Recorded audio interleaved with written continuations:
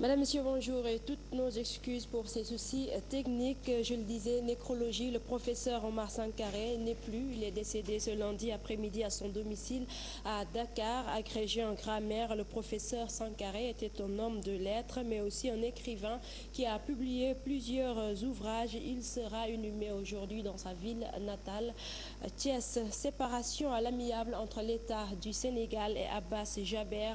L'homme d'affaires était jusqu'ici l'actionnaire majoritaire de Suneor.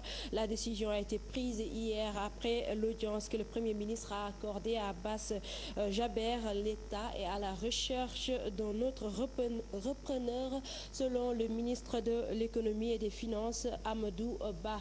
La gestion des ordures urbains de Dakar, désormais confiée à l'UCG, l'unité de coordination de la gestion des déchets solides. L'annonce a été faite par le ministre de la Gouvernance locale, du Développement et de l'Aménagement du territoire, Abdoulaye Diouf Sarr, qui estime que l'entente Kadakar a montré ses limites. Compte rendu Al-Hassan Bah et Mardia. La décision est prise de transférer le programme de gestion des déchets solides urbains de la région de Dakar à l'unité de coordination et de gestion des déchets solides.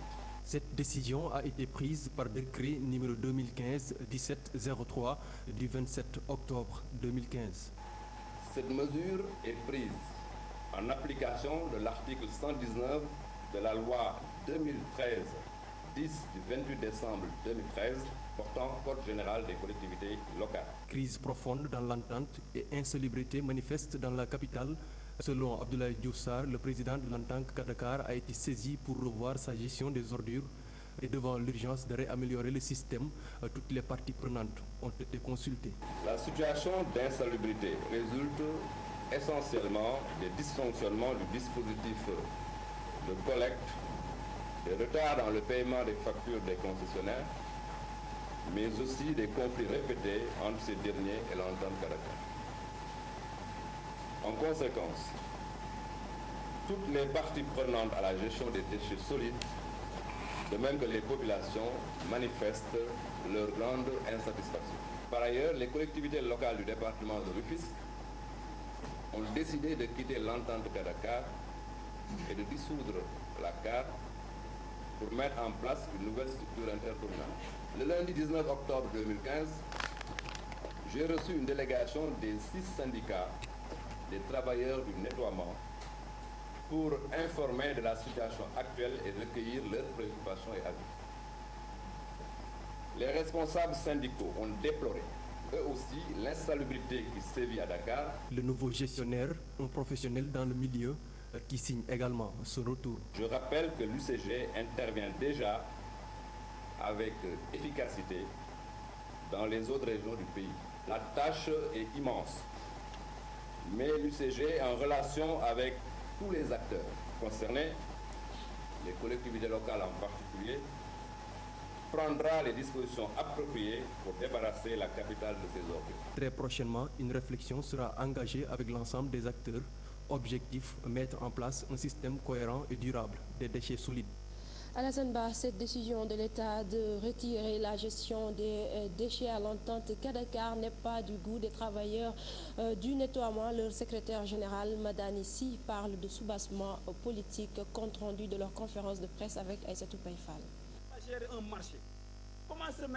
La gestion des ordures retirées à l'entente Kadakar, confiée à l'unité de coordination pour la gestion des ordures, psycho chez les travailleurs.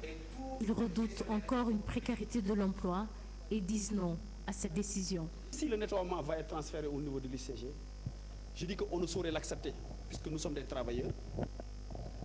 Nous avons des contrats à durée indéterminée. Nous sommes dans un secteur à haute intensité de main-d'œuvre qui mérite respect et considération. Pour nous, c'est un manque de respect et de considération. Cette décision, elle n'est pas technique, elle est purement politique. Pourquoi? Puisque le président de l'entente Kadakar, c'est M. Khalifa Sall. C'est lui qui est notre mentor. Aujourd'hui, s'il y a une guerre au sommet de l'État, qui n'ont qu'à nous épargner cette guerre-là. Aujourd'hui, nous sommes en train de payer les pots cassés. 9 employeurs en 10 ans, le secrétaire général de l'entente Kadakar affirme qu'aucun document officiel n'est venu étayer ce changement. 2 employeurs. Aujourd'hui, la décision du ministre nous disant que nous sommes reversés au niveau de l'UCG, disant que oui, que tous les intérêts des travailleurs seront sauvegardés et qu'il n'y aura pas de désagrément vis-à-vis de nos attentes. Mais moi, je pensais qu'aujourd'hui, s'il y a substitution d'employeurs, il faut qu'il y ait une passation de service. Il faut que l'inspection générale d'État vienne faire un rapport pour constater les acquis, les actifs et les passifs. Ça n'a pas été fait. Donc on nous met devant le fait accompli. On ne sait pas aujourd'hui à quoi s'en tenir. Des conséquences sur le plan social et économique, plus de 1500 travailleurs des ordures dans la tourmente. Aïssatou Paye-Fall, merci. Le Sénégal, classé par le FMI parmi les 25 pays les plus pauvres du monde. Le ministre de l'économie, des finances et du plan évite la polémique. Amadou Ba indique qu'un représentant du FMI est à Dakar et que des réponses exactes seront apportées ce mardi lors d'une conférence de presse. Je vous propose de l'écouter au micro de Aminata Mbaresso. Je voudrais vous demander l'indulgence pour une raison bien simple. On a parlé du FMI. Il se trouve qu'un des directeurs du FMI est sur place. Et demain, nous organisons avec le FMI une réunion sur les perspectives économiques. La presse est déjà invitée. Je voudrais que le FMI et le gouvernement du Sénégal reviennent sur cette question. Comme ça va être un débat clos. Vous avez parlé du FMI. Le FMI est là. Le FMI va répondre et le gouvernement va confirmer. Donc je pense qu'on attend demain, c'est moins de 24. Amadou Ba a présidé la signature de conventions de financement entre la Banque mondiale et l'Union européenne. L'accord de financement entre l'État du Sénégal et la Banque mondiale porte sur un crédit d'un montant de 40 millions de francs CFA pour la mise en œuvre du projet eau et assainissement en milieu urbain.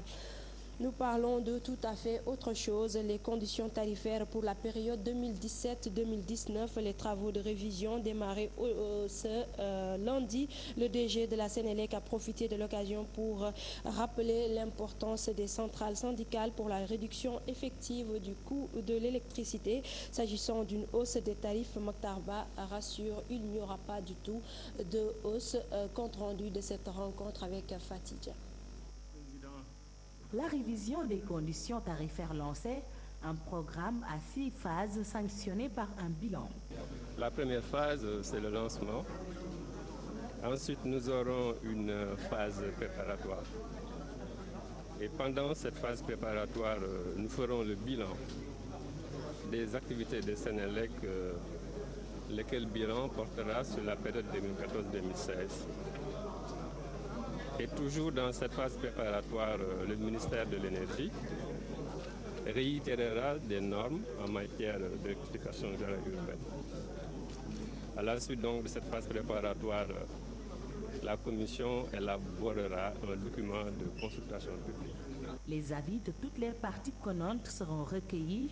Les consommateurs ne seront pas en reste. La cible privilégiée reste les clients de Sénélec. Et c'est ça également l'objectif prioritaire de Sénélec, d'améliorer la satisfaction de la demande, d'améliorer les conditions de fourniture, de production et de distribution de l'électricité au Sénégal. Depuis le dernier trimestre de 2014, nous avons noté une baisse du combustible, vous l'avez constaté. Et cela se traduit aujourd'hui par un dépérissement de la compensation que l'État a versée à Sénélec. C'est ça la clé de la problématique, parce que la compensation avait été fixée relativement à un plan de production de Sénélec qui devait améliorer son mix énergétique. Le directeur général de la Sénélec prône la mise en place de centrales syndicales pour une baisse de tarifs plus significative. Avoir de nouvelles centrales qui nous permettraient d'avoir une production suffisante et à des prix compétitifs.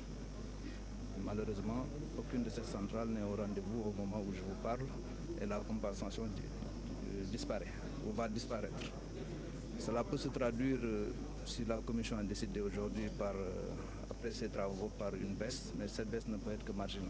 Les participants comptent échanger sur des points qui, à la fin du processus, devront aboutir à des tarifs supportables pour les consommateurs. Pour sa part, le directeur général de la Sénélec souhaite la poursuite du redressement de la boîte. Fatidja, merci. C'est la fin de ce bulletin. Merci de l'avoir suivi. L'info revient à 8h en Wolof.